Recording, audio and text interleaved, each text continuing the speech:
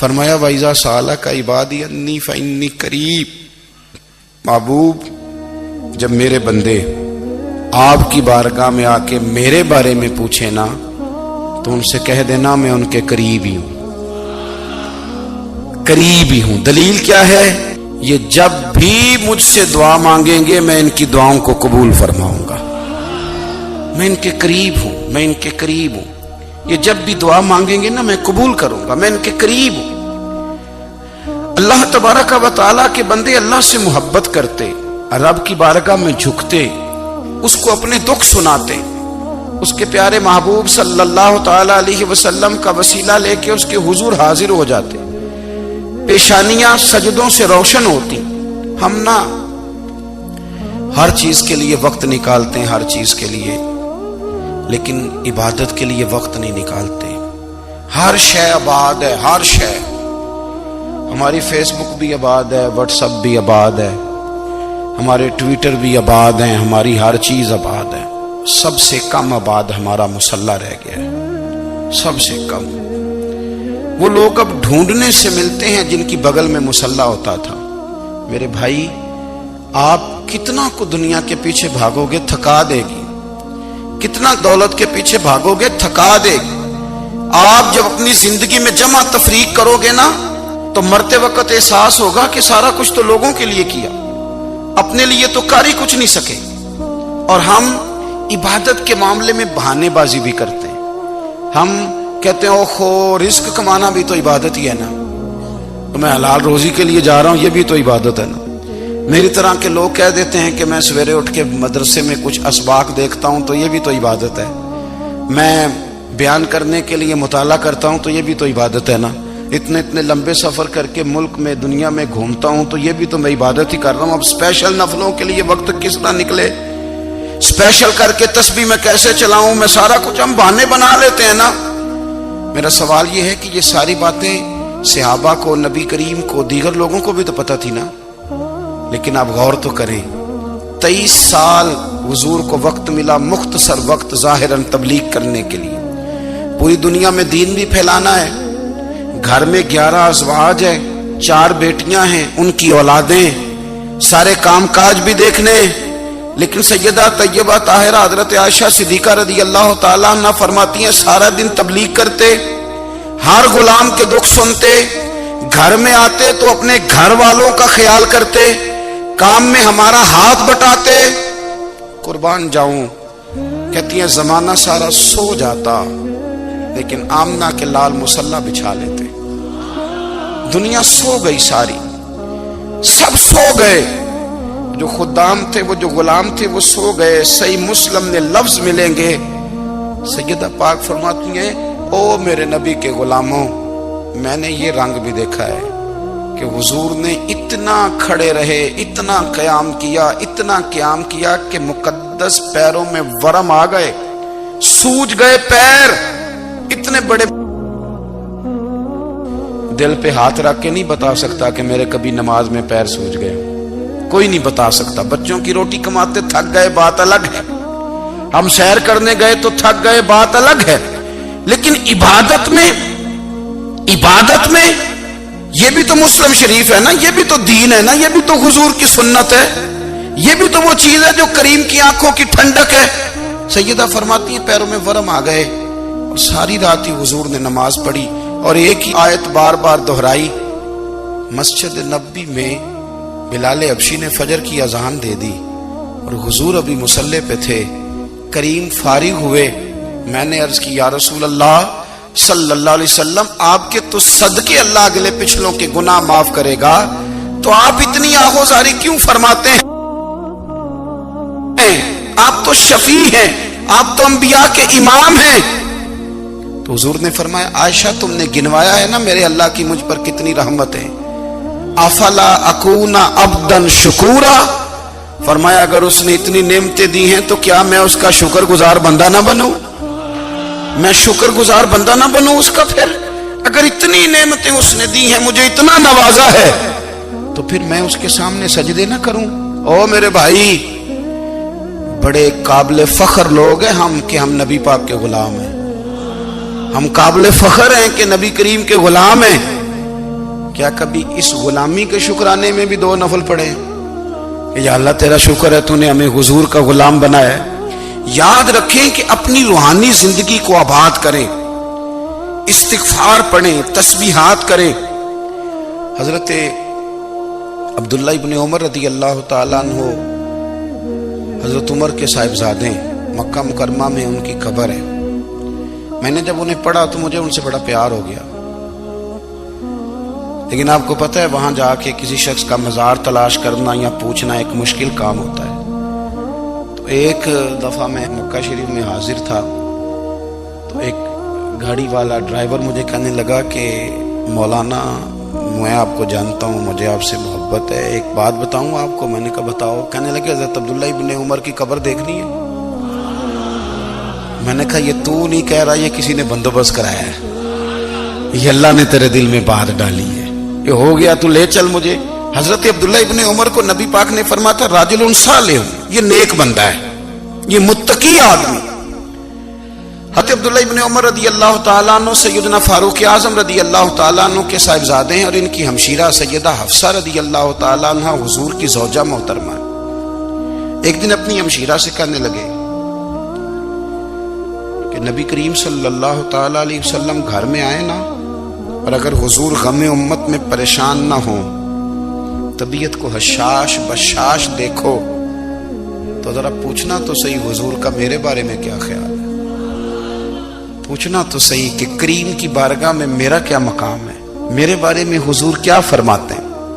اب بہن کو کام بتائے، اور بتائے بھی بھائی، اور کوئی بہن وہ کام نہ کرے، یہ تاریخ میں ہوتا نہیں۔ حضرت عمر فاروق رضی اللہ تعالیٰ عنہ کی صاحبزادی ام المومنین رضی اللہ تعالیٰ عنہ فرماتی ہیں کہ میں تو بس منتظر تھی، انہوں نے تو کہا تھا نا کہ اگر تم حشاش بشاش دیکھو تو بات کرنا، لیکن حضور تشریف لائے، میری باری تھی، میرے گھر تشریف لائے، کھانا پیش کیا تو فوراً میں نے عرض کی حضور ایک بات پوچھنی تھی۔ تو حضور نے فرمایا پوچھئے۔ میں نے عرض کی حضور میرے بھائی عبداللہ ابن عمر کے بارے میں آپ کا کیا خیال ہے؟ نوجوانوں میری بات پہ غور کرنا، میرے بھائی کے بارے میں آپ کا کیا خیال ہے؟ تو نبی کریم صلی اللہ تعالیٰ علیہ وآلہ وسلم نے میری طرف دیکھا، اور پھر حضور زیر لب تھوڑا مسکرائے، اور بریلی کے امام کہتے ہیں کہ حضور مسکرا دیتے تھے نا تو جو بڑا دکھی ہوتا تھا وہ بھی ہنس پڑتا تھا۔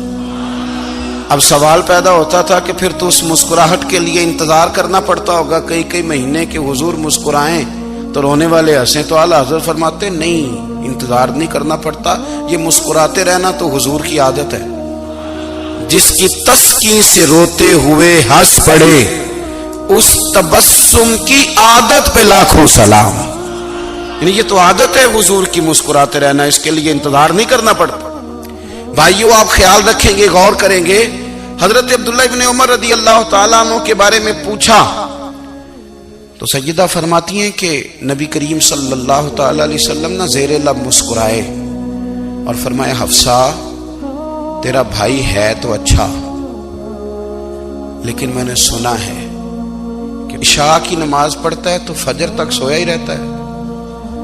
او نوجوانوں، 10 بجے تک سونے کی بات نہیں ہوئی، 9 بجے تک سونے کی بات نہیں ہوئی، 11 بجے اٹھنے کی بات نہیں۔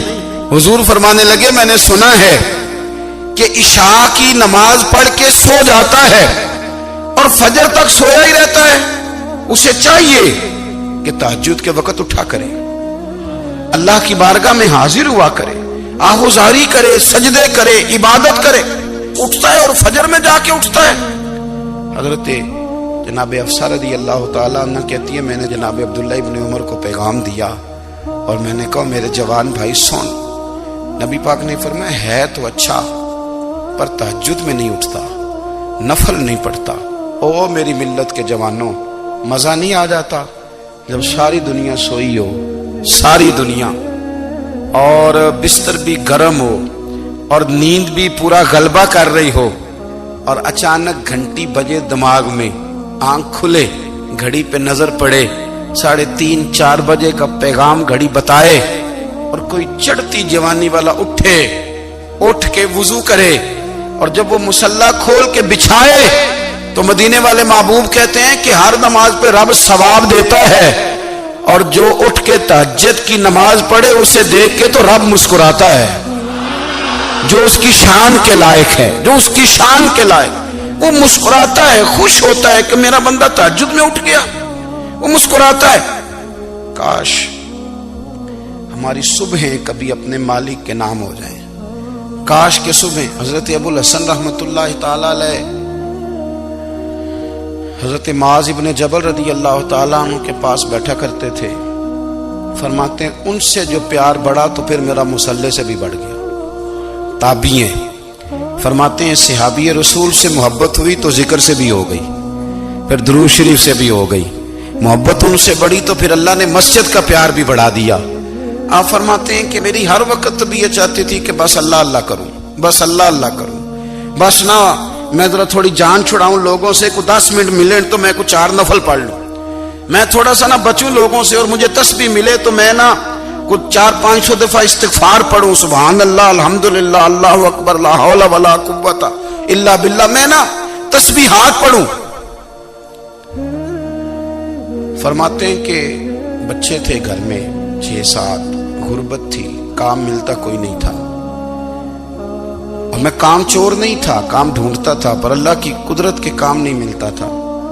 فرماتے ہیں کہ میں نے ایک دن اپنی اہلیہ سے کہا کہ آج میں پھر جاتا ہوں کام ڈھونڈنے، تو میری بیوی بڑی فرما بردار تھی، پر اس دن نہ غربت کے ہاتھوں تنگ آ کے کہنے لگی آج نانا کوئی تو چیز لے کے آیا، تو مجھ سے بچوں کی بھوک نہیں دیکھی جاتی، یہ سب روگاں دا روگ محمد جس دا نام غریبی، کنڈ بلا کے لنگ جاندے نہیں دوست یار قریبی، آج نہ کچھ لے کے آیا تو میں بچے لے کے چلی جاؤں گی۔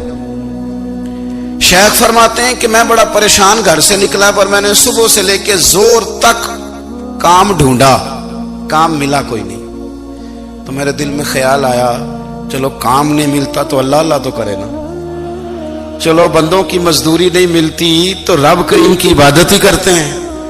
فرماتے ہیں کہ میں نے نا فرات کے پانی سے وضو کیا، نہر کے، شدید دھوپ تھی، ساتھ ریت تھی اور ریت تپ رہی تھی، میں نے اپنا رومال وہیں مصلی کے طور پر بچھا لیا، اور فرماتے ہیں کہ زور سے لے کر عصر تک نماز پڑھی، دھوپ بھی پورے زور پہ، پر میرے سجدے کا ذوق بھی پورے زور پہ۔ فرماتے ہیں سورج بھی چمک رہا ہے اور رب کی عبادت کا ذوق بھی پورے زور پہ، میں سجدہ کروں تو پھر میرا اٹھانے کو جی نہ چاہے۔ میرے استاد لکھا کرتے تھے، یہ ان کا شعر ہے، وہ کہا کرتے تھے مجھے سوز دے، مجھے ساز دے، اور مجھے نیم شب کا نیاز دے، دم سجدہ خود کو میں توڑ دوں، مجھے ایسا ذوق نماز دے، اور میں تیری بہار کا پھول ہوں، میں کھلا بھی ہوں تو تیرے لیے، مجھے میری شاخ سے توڑ لے، مجھے اپنی زلف کا ناز دے۔ بھائی فرماتے ہیں کہ عصر تک میں نے نفل پڑھے، دل ڈھلنے لگا، عصر کی نماز پڑھی اور میں وہاں سے چلا۔ اب میں جب نکلنے لگا تو دل میں خیال آیا کہ چھوٹی چھوٹی دیواریں ہیں گھر کی، بغیر کچھ لیے جاؤں گا تو بیوی دور سے دیکھے گی تو شور کرے گی کہ پھر خالی ہاتھ آ گیا ہے۔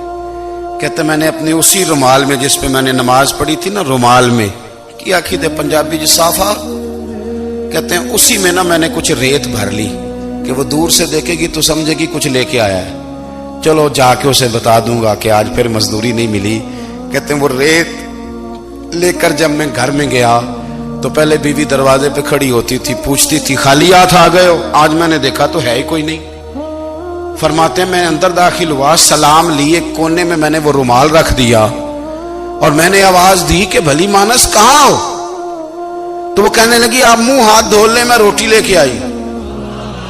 میں نے کہا روٹی کہاں سے آ گئی؟ یہاں تو کئی دنوں کے فاقے، تو کئی دنوں کی غربت ہے، یہاں تو اس گھر میں تو فقیری ہے۔ فرماتے ہیں کہ وہ روٹی لے کے آئی اور اس وقت کی جو موجودہ نعمتیں تھیں، سمجھ لیں سلاد، اچار، ہر چیز ساتھ لائی۔ میں نے کہا کہ بچے کہاں گئے؟ کہنے لگی وہ کھانا کھا کے کھیلنے گئے، آپ کھانا کھا لیں آ جاتے۔ کھانا اس نے چن دیا۔ میں نے حیرت انگیز لہجے میں ساری نعمتیں اپنے دسترخوان پہ دیکھ کر کے بیوی سے پوچھا یہ کہاں سے آیا کھانا؟ بچوں کو تو نے کہاں سے کھانا کھلایا؟ یہ سارا کچھ کیسا ہے؟ کہنے لگی پتہ نہیں آج آپ کس کریم کی مزدوری کرنے چلے گئے تھے، پتہ نہیں کس کریم کی، میرے گھر میں تو اتنی نعمتیں آئی ہیں کہ مجھ سے سنبھالی نہیں جا رہی، اتنا اناج ہے، اتنا گندم ہے، کس کریم کے دروازے آج چلے گئے تھے؟ یہ کہتے کہتے وہ اٹھی اور اٹھ کر کے کہنے لگی پہلے ہی بڑا کچھ آیا تھا، اب کیا لے آئے ہو؟ اور جا کر کے نا اس نے وہ ریت والا رومال کھولا، کہنے لگے میں تو لے کے آیا تھا ریت، تو میرے رب نے اسے بھی سونے اور ہیرے بنا دیا تھا۔ جب آپ کی توجہ اللہ کی جانب، میرے نبی پاک صلی اللہ تعالی علیہ وسلم نے فرمایا ہر چیز اپنے رب سے مانگ، ہر چیز مانگ، ہر چیز مانگ۔ یا رسول اللہ کیا کچھ؟ میرے محبوب نے فرمایا تیرے گھر میں نمک بھی ختم ہو جائے تو وہ بھی اپنے رب سے مانگا کر، تو مانگنا وہ تجھے دے گا، تو اس کی بارگاہ میں کشکول طلب دراز تو کرنا۔ اور ترمذی شریف میں عجیب لفظ ہے، رسول کائنات نے فرمایا، رب کریم فرماتے ہیں جب میرا بندہ ہاتھ اٹھاتا ہے نا تو مجھے حیا آتی ہے کہ میں خالی کیسے لوٹا دوں اس کے۔ اتنے بڑے بادشاہ کی بارگاہ میں دعا کی بڑی طاقت ہے۔ میرے نبی پاک نے فرمایا دعا مومن کا ہتھیار ہے، دعا مومن کا، دعا مومن کا۔ حضور نے فرمایا تقدیر کو سوائے دعا کے کوئی چیز نہیں بدل سکتی، دعا مومن کا ہتھیار ہے، یہ کافر کے پاس کوئی نہیں، یہ ہتھیار ہے مومن کا۔ اللہ کرے آپ کو سمجھ آئے، پھر سنیں، کئی بار کہہ چکا ہوں یہ ہتھیار ہے۔ کافر کے مقابلے میں جو تیرے پاس سب سے بڑا ہتھیار ہے وہ دعا ہے۔ دعائیں کرانی چھوڑ دی، کرنی چھوڑ دی، لینی چھوڑ دی۔ حضرت سیدنا انس بن مالک رضی اللہ تعالیٰ عنہ فرمایا کرتے تھے میں نے وہ رنگ دیکھا ہے جب حضور دعا مانگتے تھے اور حضور کی مقدس آنکھوں میں آنسو بھی ساتھ ہی بہا کرتے تھے، میں نے وہ انداز دیکھا۔ بھائی اپنا مصلی کا، عبادت کا، وظائف کا، اللہ اللہ کا سلسلہ اس کو مضبوط کرے، اپنی دعاؤں کے تعلق کو مضبوط کرے۔ دعائیں بڑے انقلاب برپا کر دیتی ہیں۔ ہم تھوڑے تھوڑے نا جب سے خشک ہوئے ہیں نا، خشک، اور میری تو جماعت ہی صوفیاء کی جماعت تھی، ہم تو داتا علی اجمیری کی جماعت سے، ہم تو خواجہ اجمیری کی جماعت سے، ہم تو شیخ احمد فاروق سرہندی کی جماعت سے، ہم تو صوفیاء کی جماعت۔ ہماری جماعت نے بھی وہ تعلق جو ہمارے بزرگوں نے بنایا تھا۔ بزرگ اللہ کے قریب کیسے جاتا ہے؟ تو ہمارے یہاں نا بہت سارے لوگ کہتے ہیں جی نظر ہو گئی تو کام ہو گیا۔ بھائی جو بخاری مسلم میں طریقہ ہے نا اللہ کا قرب پانے کا، وہ تو نفل ہے۔ نبی کریم علیہ الصلوۃ والسلام نے فرمایا بندہ نفلوں کے ذریعے رب کے قریب جاتا ہے، اور اتنا قریب جاتا ہے کہ پھر اللہ اس کی زبان بن جاتا ہے، اللہ اس کی آنکھیں بن جاتا ہے، کان بن جاتا ہے، ہاتھ اور پیر بن جاتا ہے۔ تو یہ تو عبادت ہے، یہ تو اللہ کی بارگاہ کی حاضری ہے جو آپ کو اللہ کے قریب کرے گی۔ تو اپنے نماز کو اہمیت دے کے ادا کریں، نمازیں موبائل بند کر کے ادا کریں۔ لیکن نا کچھ لوگ کہتے ہیں مجھے ٹائم نہیں ملتا نماز کا، تو میں کہتا ہوں یہ آپ نے بڑی جرت کی بات کی ہے۔ مجھے کو میرا پیر بھائی کہا جائے نا میرے پاس ٹائم نہیں آپ کو ملنے کا، تو میں کہتا ہوں آج کے بعد آنا ہی نہ۔ تو کیا سمجھتا ہے تو بہت بڑا آدمی ہے، تیرے پاس ٹائم نہیں اور ہمیں ملنے کا ٹائم، موج کر۔ تو آپ نے اللہ رسول کو کہہ دیا ٹائم نہیں۔ اور عجیب فلسفہ ہے نا، کہا جائے نماز پڑھنے آؤ تو کہتے ہیں کپڑے ٹھیک نہیں، اور کہا جائے کہ آؤ ذرا دعوت پہ چلیں تو کہتے ہیں 1 منٹ ٹھہر میں کپڑے بدل کے آیا۔ نماز کے لیے کہا تو کہتے ٹھیک نہیں، دعوت کے لیے کہا تو کہتے میں ذرا تیاری کر لوں، یوں جانا مناسب نہیں۔ یہ معاملہ ٹھیک نہیں۔ رب تو فرماتا ہے کہ جب تم مسجد میں آ تو زینت اختیار کر کے آ، خوب ذوق سے دعا مانگے، خوب شوق سے نماز پڑھیں، خوب استغفار کا مزاج بنائیں۔ آپ لوگوں کے بیچ رہ کے سکھ حاصل کرنا چاہتے ہیں، لیکن آپ کو پتہ ہے کئی مہینے غار حرا میں رہنا بھی مدینے والے محبوب کا طریقہ ہے۔ ہر سال اعتکاف بیٹھنا الگ سے، یہ بھی حضور کا طریقہ ہے۔ مسجد نبوی کے اندر دروازہ کھلتا تھا نبی کریم کا، پر گھر کے اندر نفل پڑھے نبی پاک، اور حضور فرماتے ہیں کچھ نفل نماز گھر میں بھی پڑھا کرو، گھر کو قبرستان نہ بناؤ۔ ہمارا گھر اللہ کے ذکر سے آباد ہوگا اگر ہم نماز پڑھیں گے نا۔ میں جب سنت پڑھنے کے لیے گھر میں کھڑا ہوتا ہوں تو میرا جو 2.5-3 سال کا بیٹا ہے نا، وہ بھی میرے ساتھ نماز پڑھنی شروع کر دے۔ اسے پتہ کوئی نہیں نماز کیا ہوتی ہے، لیکن وہ بھی نا سجدہ نہ بھی کرنا ہے تو ساتھ لیٹ ضرور جاتا ہے۔ پتہ چلا بچے لیکچر دینے سے نماز نہیں پڑھتے، نماز شروع کر دیں تو بچے بھی شروع کر دیتے ہیں۔ ہم جب پریشان ہوتے ہیں تو لیکچر دیتے ہیں، تو لیکچر تو باہر شاید چل جائے، گھر میں کیسے چلے گا؟ گھر میں تو عمل چلے گا۔ تو میرے عزیز آج کے اس روحانی اجتماع میں ہمارے دوستوں نے جو محنت کی، ہم نے بار بار اپنی نیت سے پوچھا خدا ہمیں معاف کرے اگر کوئی ذاتی شہرت ہے، کوئی ہمارے ذاتی مفادات ہیں، رب ہمیں ہدایت دے۔ ہماری یہ خواہش تھی کہ روحانی اجتماع ہمیں تھوڑا سا اللہ اور اس کے رسول کے جانب مائل کرے، کچھ ہمارا رشتہ مصلی کے ساتھ مضبوط